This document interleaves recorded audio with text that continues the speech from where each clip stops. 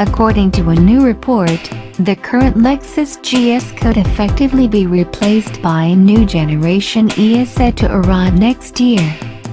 Russian publication Auto Review claims that Lexus executives have decided to ditch the GS and update the ES to serve as its sole mid-size, premium sedan. The next ES will continue to be based around the cheaper front-wheel drive architecture of the Camry. By comparison, the GS has rear-wheel drive underpinnings.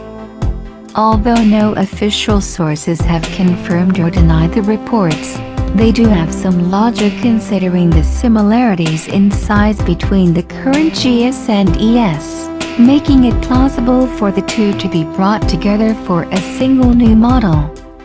However, it is possible that Lexus may only be considering merging the ES and GS into one model in Russia while retaining the two models elsewhere.